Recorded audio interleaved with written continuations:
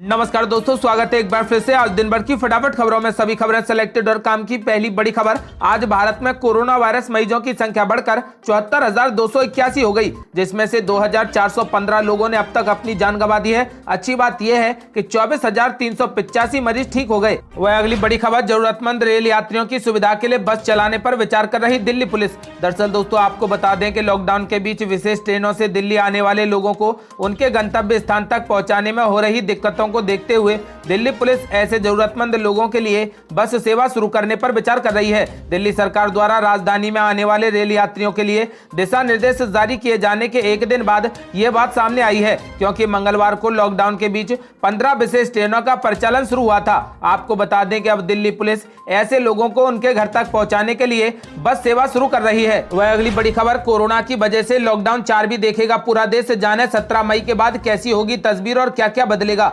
दरअसल दोस्तों, आपको बता दें कि प्रधानमंत्री ने अपने संबोधन में इस बात की पुष्टि जरूर कर दी है कि देश से अभी लॉकडाउन नहीं हटने वाला, यानी कोरोना वायरस की वजह से देश लॉकडाउन का चौथा चरण जरूर देखेगा। हालांकि उन्होंने ये इशारा जरूर कर दिया है कि 18 मई से जो भी लॉकडाउन लागू होगा वह काफी अलग रूप रंग वाला होगा और इसके नियमों में काफी बदलाव किया जाएगा। माना जा रहा है कि कोरोना वायरस के बढ़ते प्रकोप के मद्देनजर देश को पूरे तरह से नहीं खोला जा सकता। यही वजह है कि अब चरणबद्ध तरीके से रियायतें और छूट का दायरा बढ़ाकर अर्थव्यवस्था को पटरी पर लाने की कोशिश होगी। इतना ही नहीं, इस बार राज्यों के सुझावों को ज्यादा महत्वता दी जाएगी। तभी प्रधानमंत्री ने कहा कि मुझे पूरा भरोसा है कि नियमों का पालन करते हुए हम कोरोना वायरस से लड़ेंगे भी और आगे भी बढ़ेंगे। बताया जा रहा है कि राज्यों को लॉकडाउन पर 15 मई तक सुझाव देने को कहा गया है। इतना ही नहीं, राज्यों की ओर से पीएम मोदी के सामने लॉकडाउन में ढील, आर्थिक गतिविधियों को शुरू करने और अलग अलग जोनों में बंटवारे संबंधी फैसले राज्य सरकारों पर छोड़ने जैसे प्रस्ताव रखे गए हैं।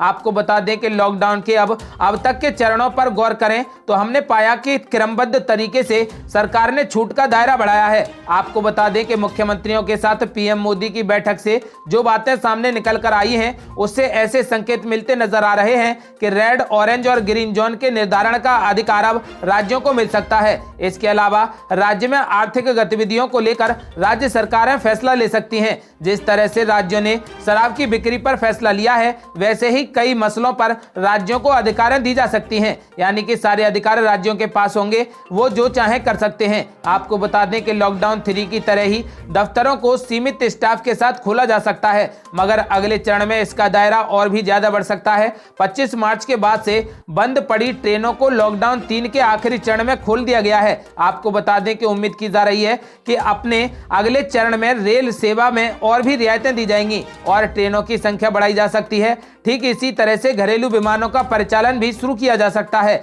गौरतलब है कि कोरोना वायरस की वजह से पूरे देश में 25 मई से लॉकडाउन जारी है। देश में अब तक 3 लॉकडाउन हो चुके हैं। आपको बता दें कि पहला लॉकडाउन 21 दिन का था, जो 24 से शुरू होकर 14 अप्रैल तक चला। उसके बाद लॉकडाउन का दूसरा चरण 19 दिन का था, जो 3 मई तक चला, और अब तीसरा चरण 2 सप्ताह का है, जिसकी मियाद 17 मई को खत्म होने जा रही है। आपको बता दें कि अब चौथा लॉकडाउन लगने वाला है, जो 18 मई से लगेगा। वह अगली बड़ी खबर, स्पेशल ट्रेनों में सफर करने से पहले जान लें ये जरूरी नियम, वरना हो जाएगी परेशानी। दरअसल दोस्तों, आपको बता दें कि रेलवे ने स्पेशल ट्रेनों का संचालन शुरू कर दिया है। ऐसे में ट्रेन में यात्रा करने वाले यात्रियों के लिए रेलवे की ओर से दिशा निर्देश जारी कर दिए गए। आपको बता दें कि इनका पालन न करने वाले यात्रियों को परेशानी का सामना करना पड़ सकता है। आगरा रेल मंडल के जनसंपर्क अधिकारी SK श्रीवास्तव ने बताया कि लॉकडाउन के दौरान ट्रेन पकड़ने के लिए कंफर्म टिकट के अलावा किसी अन्य पास की जरूरत नहीं पड़ेगी। स्पेशल ट्रेन की यात्रा करने वाले यात्रियों को 90 मिनट पहले ही स्टेशन पहुंचना होगा। दरअसल रेलवे यह सुनिश्चित कर लेना चाहती है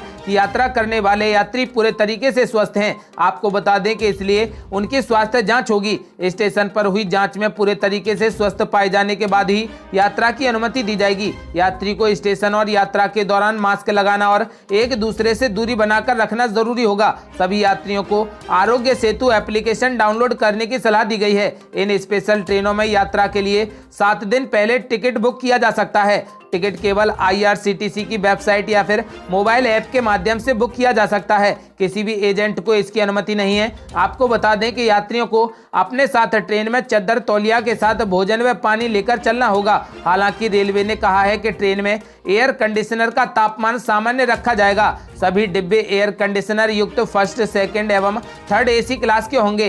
राजधानी ट्रेन में पहले से निर्धारित किराया ही वसूला जाएगा, लेकिन इसमें खान पान का चार्ज शामिल नहीं होगा। स्पेशल राजधानी एक्सप्रेस ट्रेन होने के बावजूद भी इसके टिकट के साथ कैटरिंग चार्ज नहीं वसूला जाएगा। प्रीपेड भोजन अथवा कैटरिंग जैसे प्रावधान नहीं है, यानी कि यात्री को अपनी पूड़ी व सब्जी पर भी भरोसा करना होगा, यानी कि पूड़ी सब्जी साथ ले जानी होगी। आपको बता दें कि IRCTC बोतलबंद पानी और कुछ सीमित पैकेट बंद खाने के सामान भुगतान के साथ उपलब्ध कराएंगे। दरअसल दोस्तों, आपको बता दें कि अगर किराया राजधानी एक्सप्रेस ट्रेनों के बराबर लिया जा रहा है, इसका मतलब ये नहीं है कि आपको इन ट्रेनों में खान पान मुफ्त में मिलेगा। रेलवे का कहना है कि उनसे रेल के किराए में खान पान का पैसा नहीं लिया है, इसलिए यात्रियों को खान पान का भुगतान करना होगा। यात्रियों को खाने में डिब्बा बंद भोजन दिया जाएगा। आपको बता दें कि जो ट्रेन की पेंट्री में न पकाकर कहीं बाहर से चढ़ाया जाएगा। आपको बता दें कि रेलवे ने पहले ही स्पष्ट कर दिया है कि ट्रेन में डिब्बा बंद भोजन तो दिया जाएगा,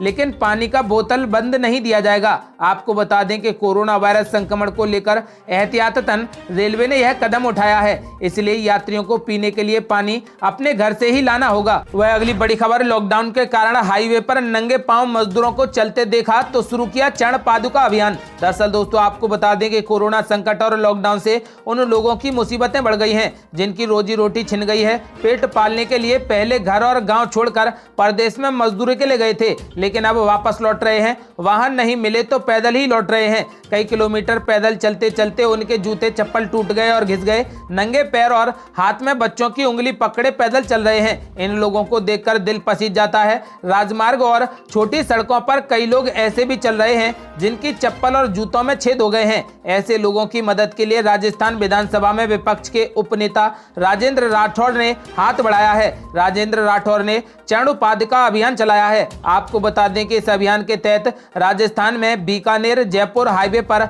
चुरू से होकर तेज धूप में नंगे पांव गुजरने वालों को चप्पल जूते पहनाए जा रहे हैं। आपको बता दें कि राजस्थान में मजदूरी के लिए हरियाणा, पंजाब, गुजरात और दिल्ली गए लोग परिवार सहित पैदल ही लौट रहे हैं। जयपुर बीकानेर हाईवे पर इन लोगों की लंबी कतार नजर आती है। पैदल चलते चलते इन लोगों के चप्पल टूट जाती हैं और जूते घिस जाते हैं। कई लोगों के चप्पल जूतों में छेद हो गए। खुद नंगे पांव चल रहे मजदूर छोटे बच्चों को कंधों पर बिठाकर घर जा रहे हैं, तो बड़े बच्चे अपने माता पिता की उंगली पकड़कर पैदल चल रहे हैं। आपको बता दें कि इनके लिए अब चरण पादुका अभियान शुरू किया गया है। सभी को चप्पल और जूते पहनाए जा रहे हैं। वह अगली बड़ी खबर, AIMIM प्रमुख असुद्दीन ओवैसी बोले सरकार पूरे देश को लॉकडाउन में नहीं रख सकती है। दरअसल दोस्तों, आपको बता दें कि AIMIM प्रमुख असुद्दीन ओवैसी ने देश में कोरोना वायरस से निपटने के लिए चल रहे लॉकडाउन को असंवैधानिक करार दिया और मांग की कि राज्य सरकार संकटग्रस्त प्रवासी मजदूरों को राहत देने के लिए कदम उठाए। असुद्दीन ओवैसी ने एक ऑनलाइन जनसभा को संबोधित करते हुए कहा कि यह लॉकडाउन असंवैधानिक है। भारत सरकार राष्ट्रीय आपदा प्रबंधन कानून, महामारी कानून के तहत पूरे देश को लॉकडाउन में नहीं रख सकती है। उन्होंने कहा कि यह संघवाद के खिलाफ है, यह राज्य का विषय है। मुझे पता नहीं है कि राज्य सरकारें क्यों चुप हैं। महाराष्ट्र के औरंगाबाद में 16 प्रवासी मजदूरों की ट्रेन से कुचलने से मौत की घटना का जिक्र करते हुए ओवैसी ने दावा किया